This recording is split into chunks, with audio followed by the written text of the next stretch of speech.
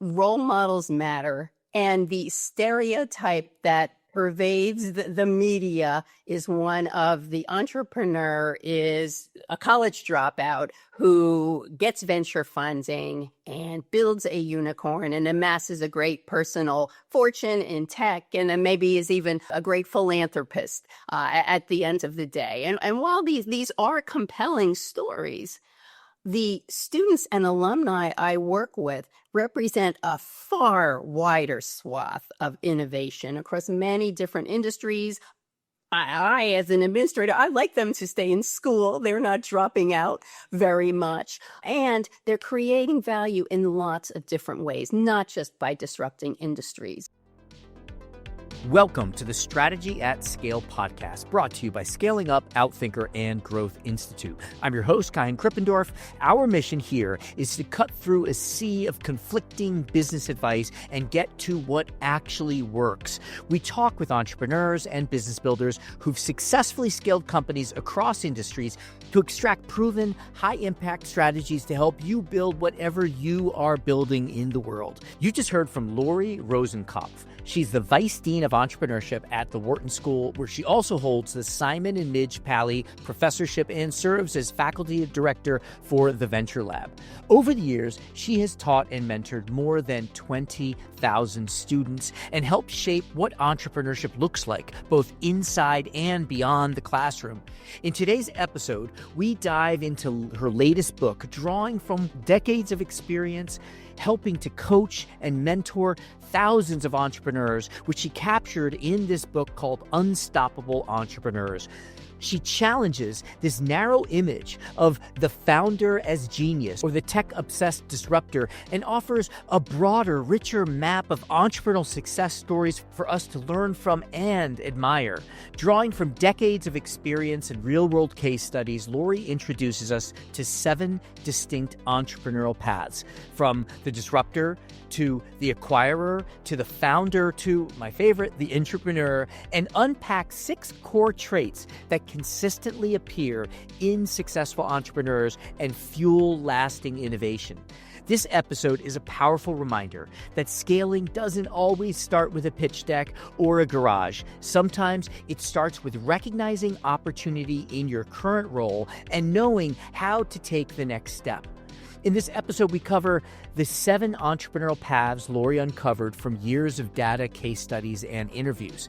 The 6 key traits that define unstoppable entrepreneurs, regardless of your title or the setting. How Lori's own path from a systems engineer to professor shaped her understanding of entrepreneurial diversity. How educational programs and networks can expand access to entrepreneurial opportunities. How passion, observation, and everyday experience can spark entrepreneurial ideas. Why today's environment allows for easier, low-cost experimentation than ever before, and what that means for you as you start your entrepreneurial journey. Whether you are building a business or scaling from within, this conversation will help you clarify your entrepreneurial identity and unlock the strategies that fit you best. Let's dive in with Lori Rosenkopf. Lori, it's a thrill to get you to sit down with us. Where are you dialing in from now? I'm in Philadelphia, so I'm near the school. Awesome. And you spend time in Philadelphia and time on the West Coast. You've been teaching and coaching in entrepreneurship for several decades now. Yes, over 3 decades now, and primarily in Philadelphia through the Wharton School. But Wharton also has a facility in San Francisco where I am responsible for that facility. So I spend 1 week each month out there in San Francisco. And then in Philadelphia, I'm responsible for our Venture Lab, which serves all the students, not just Wharton students, all students across the 12 schools at Penn, and of course, many alumni entrepreneurs as well. Interesting. And you guys give grants, as I understand, and support them with training and coaching. Is that right? Absolutely. Everything is an add-on to what students can take in the curriculum for credit, and it gives them a chance to really do the experiential learning that's so important for anyone who wants to be entrepreneurial. So in a safe setting, they can experiment, and many of them are building quite viable ventures. A great example, Warby Parker came out of our program. Amazing. I love that. Yes. I mean, so many amazing entrepreneurial stories that have come out of Penn. Now, you have seen lots of different types of innovators, of entrepreneurs. You've seen the East Coast, West Coast style. You have seen through decades the different kind of trends. What motivated you now to write this book? I wrote this book because role models matter, and the stereotype that pervades the media is one of the entrepreneur is a college dropout who gets venture funding and builds a unicorn and amasses a great personal fortune in tech, and then maybe is even a great philanthropist at the end of the day. And while these are compelling stories, the students and alumni I work with represent a far wider swath of innovation across many different industries. I, as an administrator, I like them to stay in school. They're not dropping out very much. And they're creating value in lots of different ways, not just by disrupting industries. And this, to me, is the Wharton, the Penn, Ben Franklin DNA of innovation. And I wanted to get that narrative out there and provide new role models that could inspire a much wider swath of people who actually represent the greatest proportion of innovation. You certainly know that you've written a book on it. Yeah, I mean, I have been focused on, you have these 7 different types. I've been focusing primarily on the entrepreneur. And I did find a list from a vetted list from Wharton professors of the 30 most transformative innovations over 30 years. And what I found was that actually 70% of those innovations were originated through not the person that we normally talk about. In this case, mostly from the internal innovator.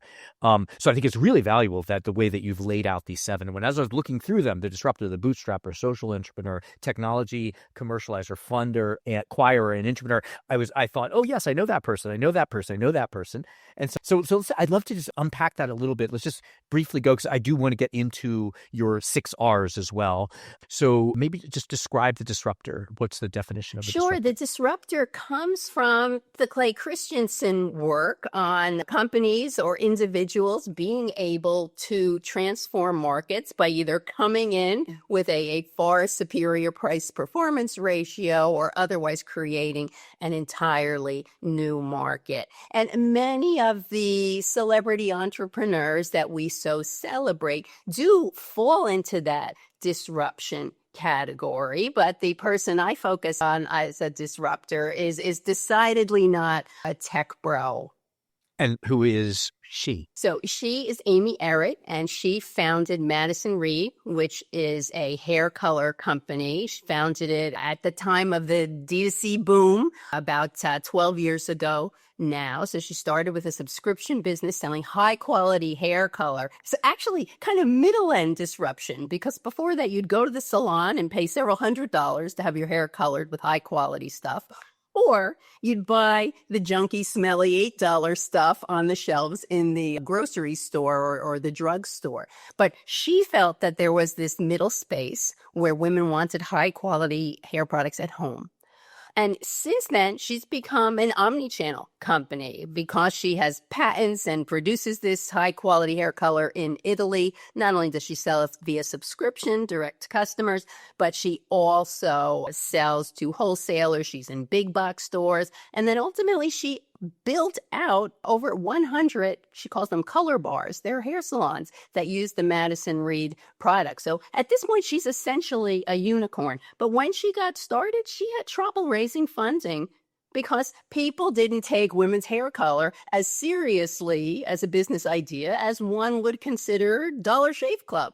But both of them, almost everybody uses those products on a repeatable basis. There's a gigantic TAM.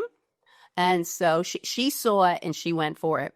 Yeah, interesting. And so she had trouble finding investors, and you then talk about kind of the next one, the bootstrapper, and kind of point out the value of maybe not taking capital. We had David Wharton on the podcast, and he studies companies that have lasted 100, 300 years, evergreen companies, and he really advocates against seeking venture capital. So talk a little bit about the bootstrapper. Right, right. Well, and if your company is 100 years old, the venture capital industry didn't even exist back then.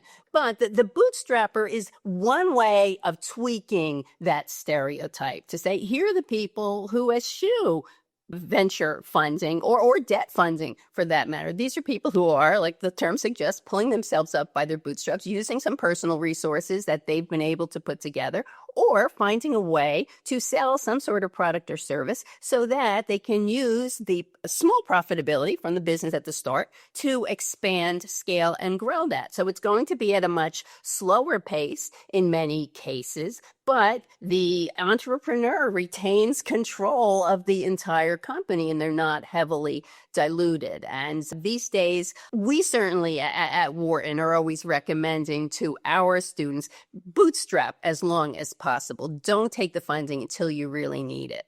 Now, if you're a disruptor and you need to overturn an industry, you need a lot of funds to make that splash and attract your customers. But many bootstrappers do not need that and can operate for a long time. And then they have a much bigger piece of what might be a smaller pie, but that bigger piece gives them more value. And control over their vision. These are not mutually exclusive, right? I guess you could bootstrap a disruption, would you say?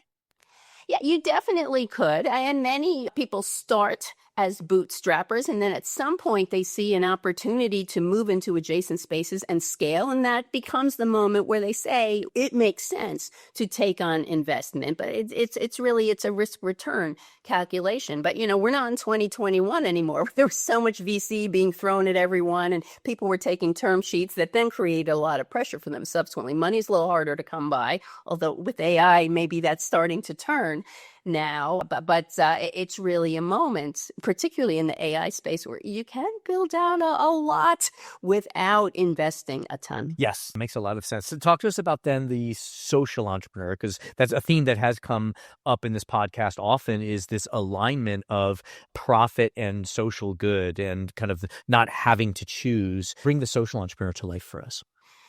Yeah. So the social entrepreneur, I think that the stereotype of the social entrepreneur is someone who's built a nonprofit to do something that's good for the community in some ways. Historically, there have been more women in social entrepreneurship than in entrepreneurship writ large. And that may come from the fact that they're able to identify problems in the spheres where they're operating at home and in the community.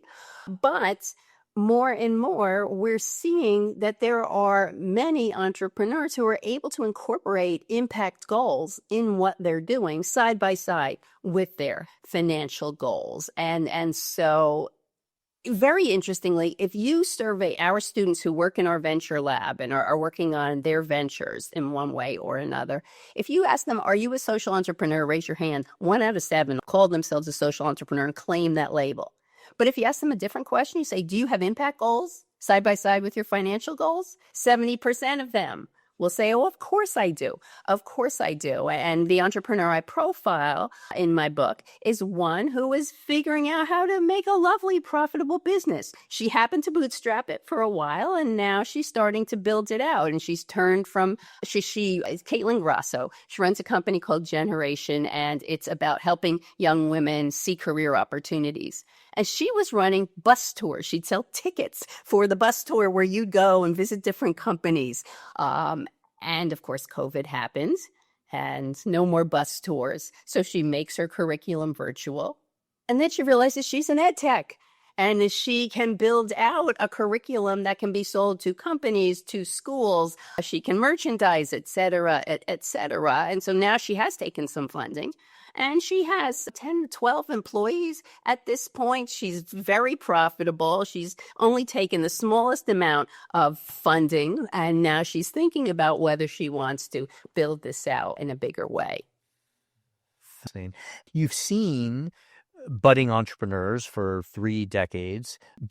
Have you seen, I mean, might be my made up sense based off of very limited data, that social entrepreneurship there's greater prevalence of or interest in social entrepreneurship now than 2 decades ago? Yes, that's definitely true. Students are more and more focusing on what sorts of big problems need solutions. We've got a lot of them. And the rhetoric I'll hear from them is, Lori, your generation really messed things up. We have to come in and figure out what to do. And they're recognizing that these big problems, like the SDGs, Sustainable Development Goals sorts of problems that are out there, those aren't easy to solve. And they require partnerships, public, private, government, and the like. And so they're trying to work out these pieces, but with an eye toward how can we be profitable. If you want to clean up the oceans, here's another nice example. Aranza Wong built a company called Novoloop, where she was trying to get plastic out of the oceans. And you need a lot of grants and a lot of support. And how do you make money doing this service that is really important? And it wasn't until she realized she was less of a biology company and more of a chemical reaction company, recognizing that what she was pulling out of the oceans, she could convert into a packaging material. And then suddenly she had a product that she could sell. So that impetus, that twin impetus of doing something good, which more and more of our not just students, alumni as well, lots of people working in climate tech and the like, but also saying, how can I do this in a way that it will sustain itself? And I'm not always just asking for grants and the like, is incredibly motivating for many of them. I want to get to the next few, but you've mentioned now twice this kind of pivot. And I'm thinking of John Mullins getting to Plan B. And he also wrote the Customer-Funded Enterprise. And you just mentioned two pivots, right? There's the first one, because of COVID, she realizes she's actually in the ed tech business. And then the second one, have you noticed that pivot as part of the narrative of many of the entrepreneurial stories? Yeah, there's a reason why my book is called Unstoppable Entrepreneurs, right? This resilience, which is one of the 6 R's, and we'll get to that as well, I'm sure. But every single person I talk to, the 7 featured people, and then there's about 25 different examples across the chapters more fully, to a person, everyone tells a story of needing to redirect. It's very difficult at inception to figure out exactly what is needed and how to deliver that in a way that's going to be sustainable. So some people are getting negative feedback about the product itself, right? You're not making money by pulling this plastic out of the ocean, or this product in its current form is not appealing enough to a large enough market. How are you going to switch that? But then also lots of people face things that are somewhat out of their control. COVID is a great example. Tariffs now, another important example. And some of them are in between. My bootstrapper, we didn't tell his story yet. I'm sure we'll get to it. But he was selling 40% of his business was coming from a single customer. And then that customer decided that it was digital marketing firm and social media spend. And they decided to move off of that platform. What do you do when a customer walks away? Is that because your product wasn't good? Or is that because the customer is saying, this is just not fitting with our strategy? So that one's kind of in between. But every entrepreneur's story, everyone who's entrepreneurial, their story of how to pursue the things, the innovations that are important to them, I think they're just littered with these sorts of redirects. And the best entrepreneurs are the ones who don't let them get it down and say, all right, there's always 10 more ways to solve a problem. Let's get creative and figure it out. Yeah, and what I get from the stories, it's not just a hard-nosed pushing on the vision. There is a pivot. There's a flexibility, taking the feedback and adjusting, as opposed to just barreling through it. Yeah. Caitlin, who I've mentioned, said that something that was very inspirational was the quote that the why of your business may stay the same, but the how of your business can always change. So many of them are motivated by a very specific reason: to clean up the oceans, to help young women find careers. We'll go through some other great reasons as well. Others, about half of my subjects, though, didn't come with a specific problem, a burning desire to solve something that felt mission-oriented. Those folks, they're the ones who just say, I just want to be an entrepreneur. I'm the kid who got suspended in middle school for bringing in my Halloween candy and reselling it at a profit. I was the best paper boy, the best Girl Scout cookie seller in the neighborhood. And that was always my personality. So about half of them do say that. But the other half are just driven by a problem that they're looking to solve, whether it be in a company or building their own organization to help with that. Yeah. Yeah, no, we'll get to the R's, we'll get to reason, and then you've also resilience, and then you also alluded to relationships as well. So I see how these are coming together. But I do want to unpack these others for our listeners. Then we have the technology commercializer. Who's that? So the technology commercializer is someone who is able to see the connection between technologies that exist that are already out there and haven't really reached their potential, and figures out how to take those and deliver those to market. So I featured Joan Lau. She was for many years a neuroscientist working at a big pharmaceutical company. And you're working at a big pharmaceutical company, you're working on issues of health, and these can be life-changing. But a lot of her time was spent on bureaucratic stuff, like whether the pills should come in a 2-pack or a 4-pack.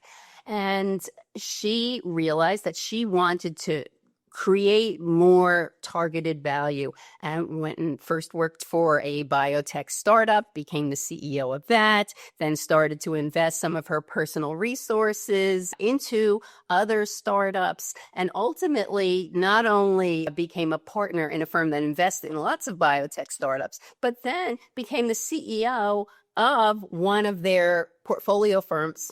Portfolio firm is not quite the right way to say it, because they built the company from scratch, but to provide a cure for cystic fibrosis.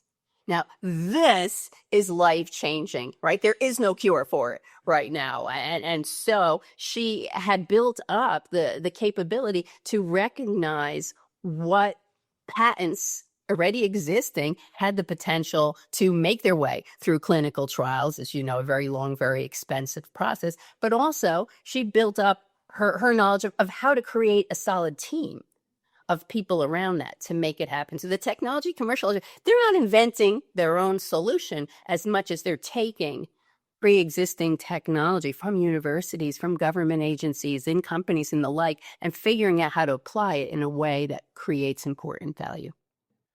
Yeah, I think that is so important, because people think that you have to be the inventor of the tech. And I think there's a huge gap between knowing what technologies are already there. I think we often reinvent the wheel. We had Amy Edmondson on here. She has this book, The Right Kind of Wrong, right? And she says, it's not the right kind of experiment unless you first look at what is already known in the domain. And we often skip that. Yeah. So the funder. Who's the funder?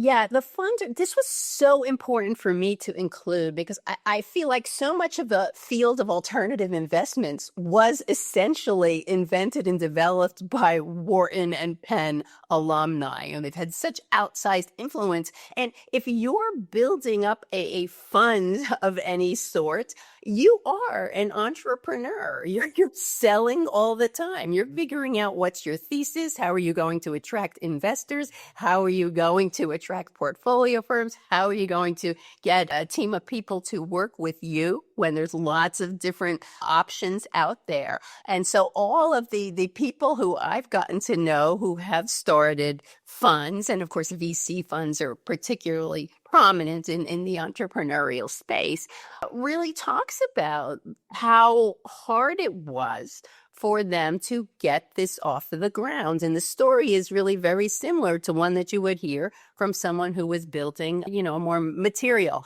product or service. And the person I profile is Jared Tingle, and Jared is the co-founder of Harlem Capital. Jared had been working in banking. He's African American. He felt like a lot of underrepresented founders were not getting the same sorts of deals, and that money was being left on the table. So he founded Harlem Capital with his partner, and their mission is to support 1,000 diverse founders, and they're building up a network of these founders as well as a network of alumni. They have a lot of internship programs to really affect social change. At the same time, they're creating a lovely portfolio. They have 2 funds, I think over $170 million. And it's just a wonderful story.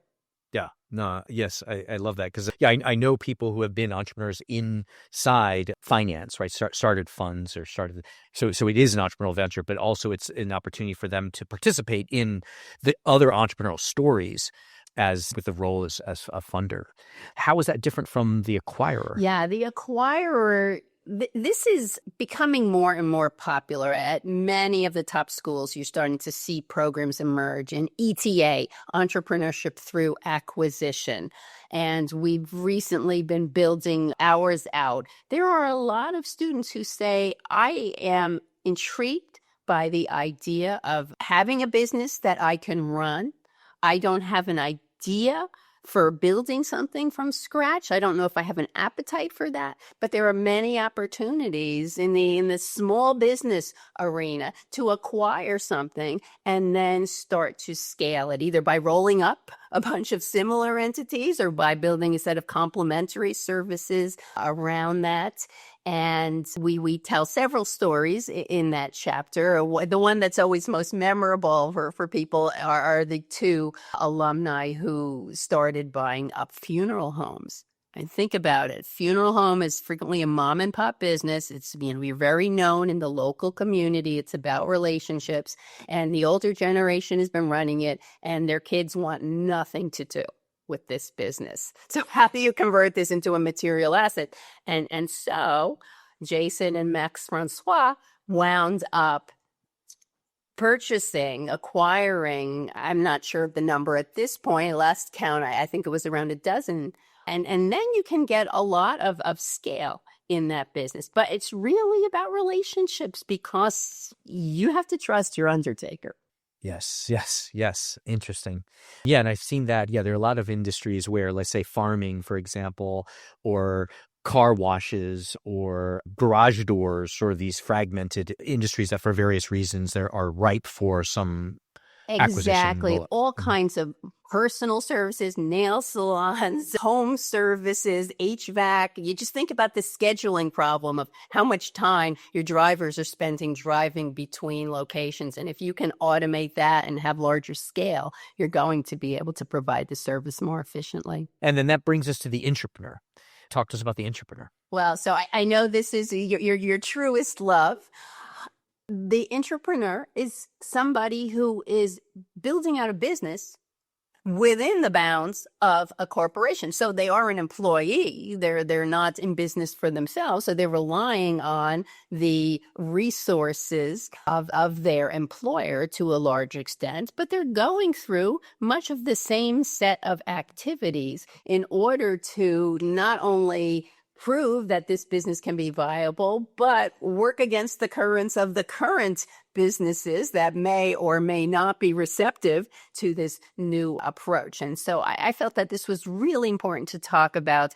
So many of our grads from Wharton and from Penn are able to go into companies and scale them in a big way to find new businesses and the like. And it doesn't get celebrated quite as much, but I think there are reasons why companies like Google, like LinkedIn, they are run by Wharton people at this point because they've come in at whatever stage the company was in and built it into something much, much larger by finding new business opportunities. Yeah, no, I think that's, I could talk about that and we could talk about that all day, but so, all right, great. So we've laid out these 7: the disruptor, bootstrapper, social entrepreneur, technology, commercial funder, acquirer, entrepreneur. And so now we can see, hey, there's not this one path, there are multiple paths, and there are people that we don't call entrepreneurs, but they actually are entrepreneurs, especially the funder and the entrepreneur. I really want to go into your 6 R's, but I'd like to explore them in a slightly different order. So one thing that you see, the kind of the beginning of almost all these stories, is the recognition that there is an opportunity. And then maybe there's a pivot later. Let's talk a little bit there. I want to talk about reason and recombination, these two R's.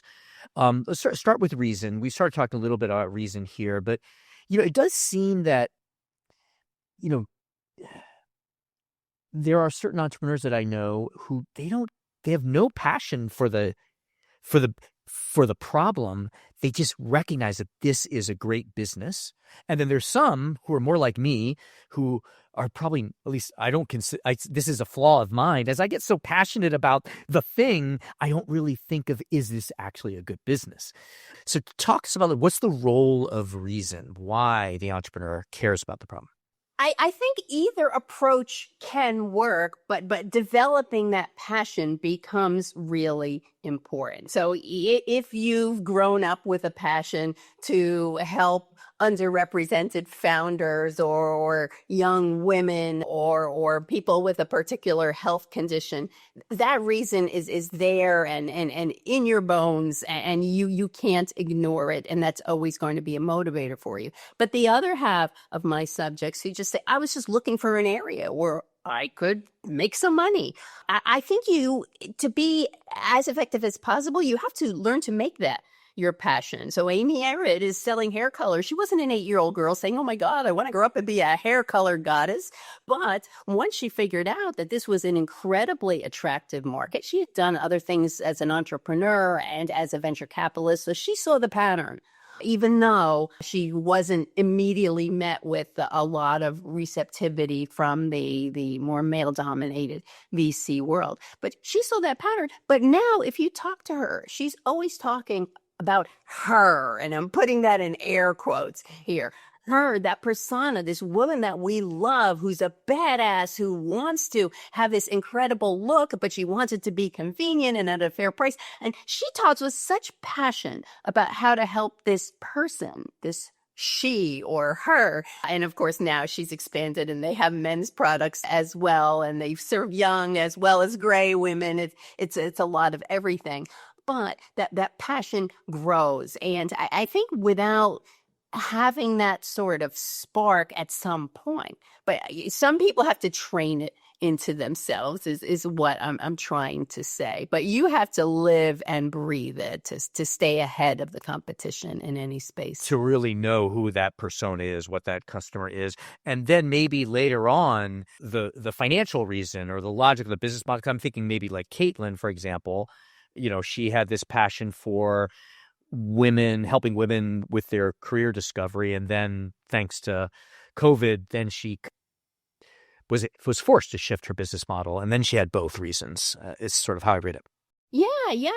And for her, she can reach even more women in this way. So it's a fabulous confluence of those two pieces. Great.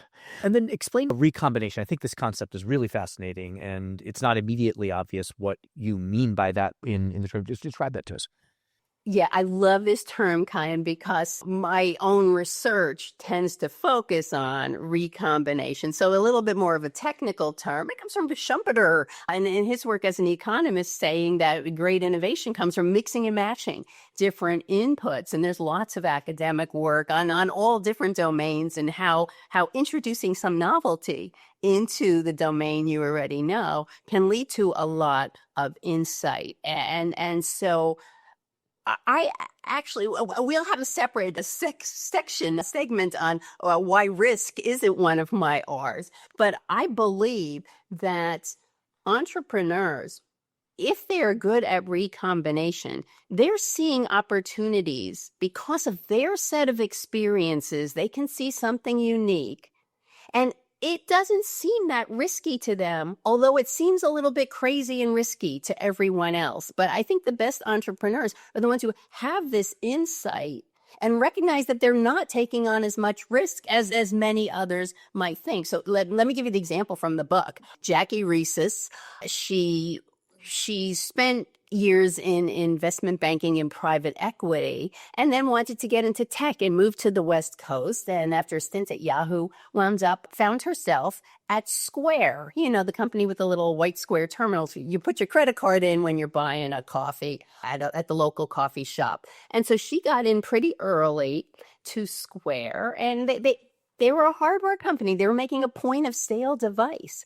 And because of her experience in banking, so let me say that again, because of her experience in banking, so nobody else at Square is a banker. These are people who were making point of sale terminals. But because of that, she realizes that every time we insert the credit card, or now we tap the credit card, Square is getting incredible data on the transactions at the local coffee shop. And so Square is sitting on a repository of data that can allow them to assess whether a small business is a good credit risk. And small businesses are notoriously difficult to assess whether they are a good credit risk, which affects the terms that they can get. And so Square is sitting on this mountain of data that allows them to figure this out. And only Jackie, I'll say it again, because she was a banker, sees this as an opportunity. And so she convinces her boss, right, this of course is Jack Dorsey, that we need to build a banking business. And she sets out to build Square Financial Services. I don't think this is easy because the FDIC does not issue banking charters to non-banks very easily. So this is an incredible endeavor. It takes many years and many, many instances of being rebuffed. So again, speaking about pivoting, but ultimately Square Financial Services is now, they have a charter. They're a fully owned subsidiary of, well, it's not called Square anymore. It's called Block. And this is because Jackie saw this opportunity and went for it and built out a team to do this. And Square Financial Services was incredibly important in issuing the pandemic loans, the PPP loans. That was really done through Square was one of the primary providers. So incredible social impact as well as obviously the financial impact. Yes. That makes a lot of sense. So, and the way that it kind of de-risks is that, I guess, in the recombination, what you're doing is you're taking something that works in a different domain. So, and then you're introducing it. And so you're creating something new, but you're combining something that already works. It's like we had Sheena Iyengar on, and that was part of her process, is looking at the existing solutions and combining them in a new way. And that's the creativity. Yeah, absolutely. And if you have had a set of experiences that gives you a view into this uniqueness, it's incredibly important. So are you the person who worked at 4 different rotations in your company, or you worked in 3 different industries, or you lived in multiple geographies, right? So much of innovation is frequently taking a technology to a new geography and just making the necessary adaptations. And if you have experience in both of those domains, it's much easier to solve the problems than if you're going to something that's fundamentally new to you and the novelty becomes too much. So a little bit of novelty is a good thing, but then a lot of novelty makes it hard to understand and make progress. Yes. Yep. Makes a lot of sense. So these two help us identify an opportunity. We can look at reason and recombination. And then I'd like to talk about relationships and resources, which in my kind of reinterpretation these are ways to now create an advantage to be, because, you and I can see an opportunity and we could both pursue it. But if you can put something in place that makes it a better opportunity for you than me, then you'll be more successful. So let's talk about relationships and resources as ways of creating advantage. Yeah. And so maybe I'll start with resources. Who can assemble the best package of resources? And resources, that's obviously funding in many cases. It's advice, it's talent, it's mentoring, and the like. And obviously, having access to those is incredibly important. It turns out that it's not only people's experiences that give them access to these resources, but it is their relationships. So those two, I completely agree with you. I think of them in pairs as well. And so relationships that people have developed over time are giving them ways to access all of these critical resources for building their venture. How do you persuade a great engineer to join your team when there's 100 ventures that are looking for great engineers in any particular location? And Jared having relationships to be able to get the funding for the entrepreneurs that he wanted to invest in. Absolutely, Yeah. because there's so much trust involved in. You hear so many people who have financial wherewithal to invest, whether they're angels or whether they're funds. In talking about that, we're investing in the person. We believe that this person can do something great. We don't know if the idea they have right now is going to be the thing that pans out, but we know they're going to be resilient enough to make their way there. So these are incredibly important, and this is one of the reasons why I think that we have the stereotype of these young entrepreneurs coming in and killing it. But the research demonstrates that the median founding age for successful venture-backed firms is actually late 30s, early 40s, because people have built up experience in an industry and a set of relationships across these different domains that are really allowing them to do it. Again, we focus on the young people, these outliers, Snapchat kind of story, because it's so sexy and compelling and clickbaity. But the vast majority of value that's created, even in the venture-backed world, is with founders who've had time to build up a repertoire of experiences to recombine and relationships to take advantage of. That makes sense. And I'm going to move to resilience now, which we've talked a little bit. I think that's also a common misconception, is that the current business model that we assign to a business, we kind of think that the company started with that business model. And what you saw is that it takes often a pivoting. So where does resilience come from? How do you develop it? Or what? I want to understand what it means to have the type of resilience. Because on one hand, I could just say, I'm going to be resilient. I'm just going to try again and again and again and again. And, the definition of insanity. Or, I could just, I'm going to try to sell soap. Well, I'm going to try to sell pens, or I'm going to try to sell, there's not kind of like a commitment. So talk to us about resilience. Andy Rachleff was a successful venture capitalist. He was a co-founder of Benchmark. And after he retired from that and just started teaching and enjoying and being philanthropic and the like, he wound up founding a new venture called Wealthfront, which is an automated investing service.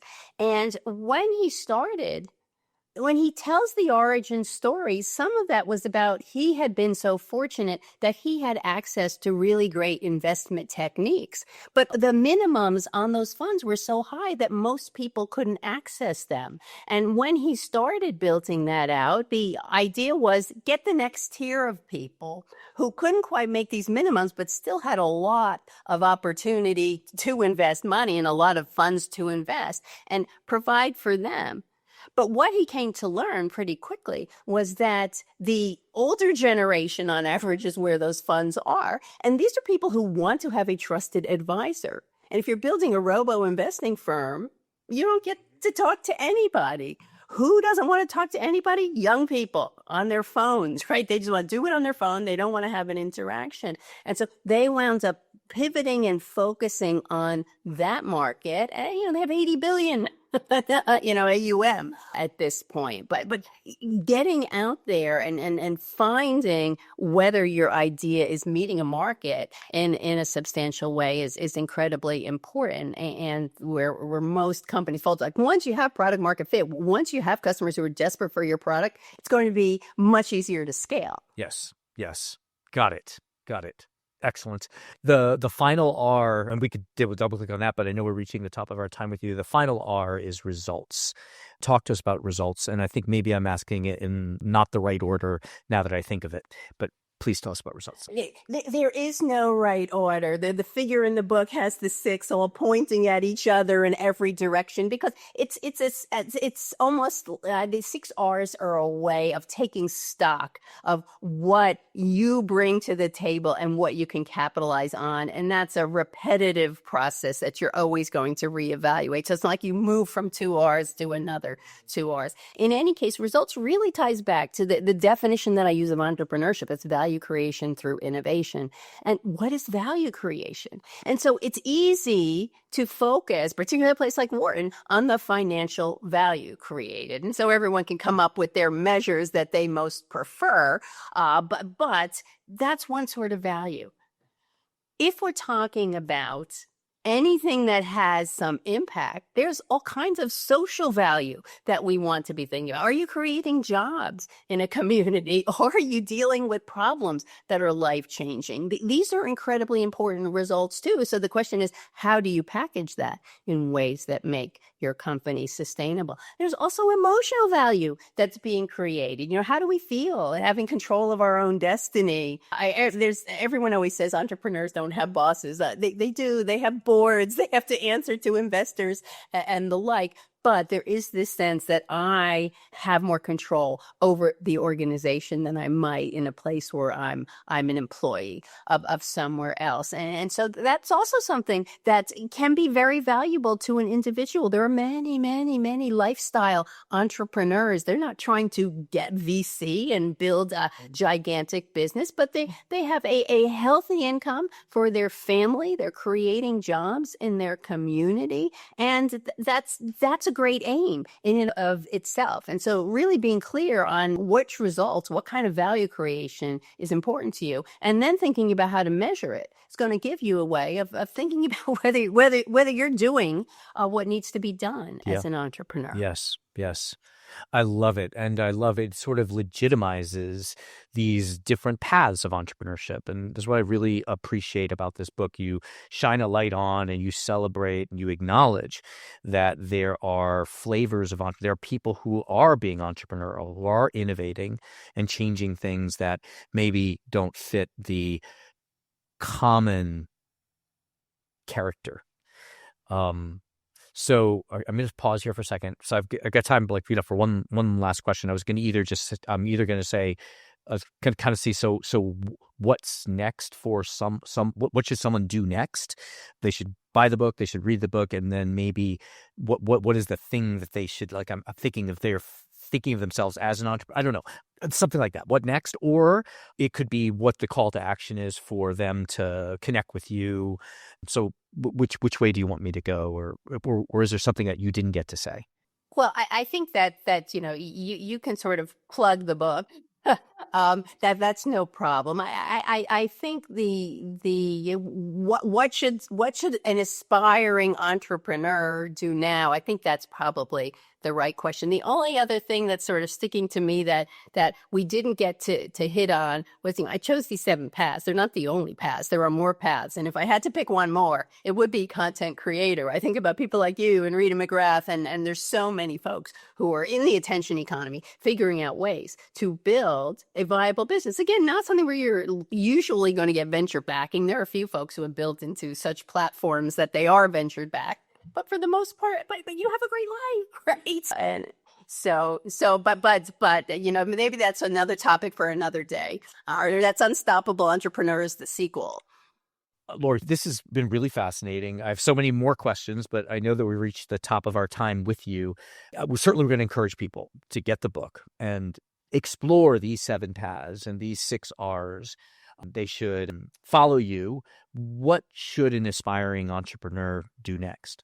What I recommend to everyone who comes in and asks for advice is take a little stock. What are the set of experiences you've had, and what are the unique recombinations? What are the sorts of problems that you're seeing that others might not see? And what are the kinds of things you could imagine that might start to help in that arena? So it's one thing to ideate. And for the youngest people who come in, the students, and they say, I don't know what I want to do yet. I say, that's right, because you need to get out there and just work and enjoy and maybe maybe take a course that gives you, take a course in cinema studies instead of taking another course in valuation to get that inspiration. Travel abroad for a semester or for a summer instead of taking yet another internship. But, take all those inputs and start to come up with some ideas. And these days, there are lots and lots of ways to start to test ideas. So, identify a pain point, but then figure out if there really is a market need for it. It's one thing that you think it's a pain point, but do others. And there are so many ways to just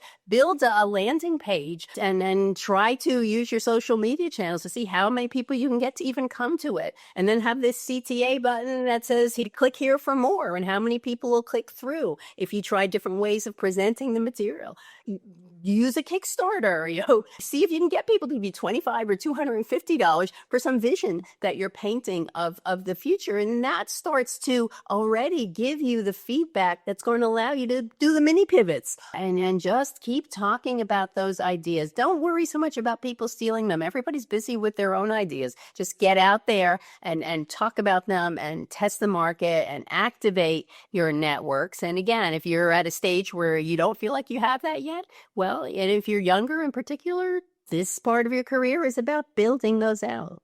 I love it. I love it. Thank you. You've opened up many paths and avenues for people to explore in order to find the recombinations that lead to the opportunities that can result in whatever they're after, if it's fulfillment, if it's impact, if it's investment, if it's financial rewards. Lori, thank you so much for taking the time to write this book and lay it out with these two very helpful frameworks and to sit down with us and share some of it here. Thank you. Absolutely. It's been a pleasure chatting with you, Kai, and I look forward to continued conversations. Thanks for listening to this episode of Strategy at Scale. Thank you to our producer, Oscar Perez, and our teams at Scaling Up, Outthinker, and Growth Institute. Thank you to our guest, Lori Rosenkopf. If you like what you heard, please follow, download, and subscribe. I'm Kai Krippendorf. We'll catch you soon with another episode of Strategy at Scale.